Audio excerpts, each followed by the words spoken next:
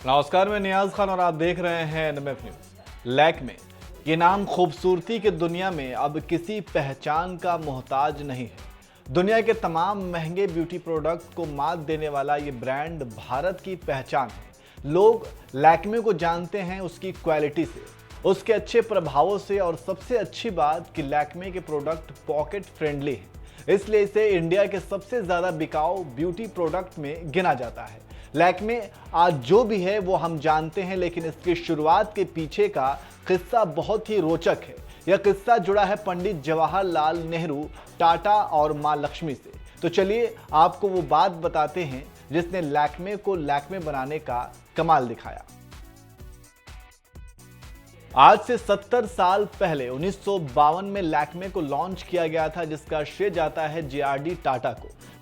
साल 1950 तक मध्यम वर्ग की महिलाएं खुद को संवारने के लिए होम ब्यूटी प्रोडक्ट बनाती थी और उन्हीं से काम चलाती थी। जो महिलाएं संपन्न थी वे अपने लिए विदेशों से ब्यूटी प्रोडक्ट मंगवाया करती थी, यानी भारतीय रुपए का विदेश जाते रहने का एक मुख्य कारण ये भी था।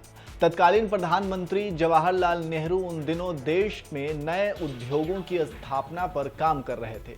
तभी उन्हें भारतीय ब्यूटी ब्रांड शुरू करने का आइडिया आया।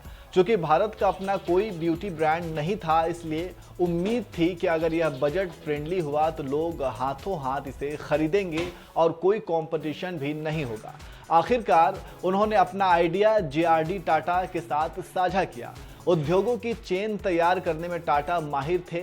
यह आइडिया उन्हें जम गया और ऐसे शुरुआत हुई लैक्मे की। लेकिन ब्रांड के नाम पर तब भी काफ़ी मंथन हुआ। आज हम जिस लैक्मे की बात कर रहे हैं, असल में उसका शुरुआती नाम लक्ष्मी था। अगर आप गूगल करें तो आपको 1952 और उसके बाद कई सालों तक लक्ष्मी नाम के ब्यूटी प्रोडक्ट की अच्छी खासी रेंज मिलेगी। यही लैक्मे का पुराना नाम था। बॉलीवुड एक्ट्रेस ने किया पॉपुलर। लक्ष्मी के विज्ञापनों में रेखा, हेमा मालिनी, जया प्रदा समेत 50 और 60 के दशक के तमाम बॉलीवुड एक्ट्रेस को देखा गया। लक्ष्मी के लॉन्च होने के बाद भारत में विदेशी ब्यूटी प्रोडक्ट की खेप आनी लगभग बंद सी हो गई। फिल्मों में भी मेकअप के लिए लक्ष्मी के ब्यूटी प्रोडक्ट इस्तेमाल किए जाने लगे, जिसके कारण इस ब्रांड के प्रति आम लोगों का विश्वास बढ़ा। खास बात यह थी कि ब्रांड की कीमत बहुत ज़्यादा नहीं रखी गई ताकि इसका इस्तेमाल आम महिलाएं भी कर सकें।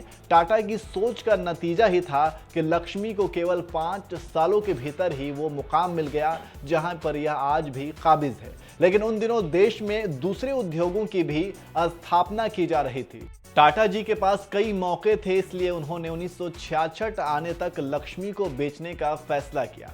कई नामचीन कंपनियों ने इस ब्रांड को अपने खाते में करने के लिए बोली लगाई, लेकिन किस्मत चमकी हिंदुस्तान लीवर की। टाटा को विश्वास था कि हिंदुस्तान लीवर ही वो कंपनी है जो लक्ष्मी को और मशहूर बना सकती है। इसके बाद 1966 में लक्ष्मी हिंदुस्तान लीवर हो गई और यहाँ से ब्रांड का नाम भी बदल दिया गया।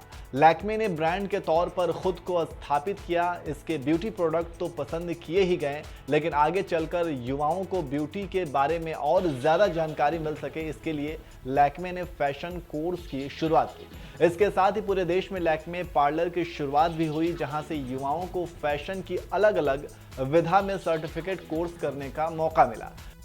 इसके साथ ही गरीब लड़कियों के लिए स्कॉलरशिप प्रोग्राम और स्टार्टअप शुरू करने में भी मदद की जाने लगी। Lakme fashion week, Lakme shows के बारे में तो हम सब जानते हैं। इन सभी प्रोग्राम्स ने लैक्मे को भारत समेत पूरी दुनिया में मशहूर कर दिया।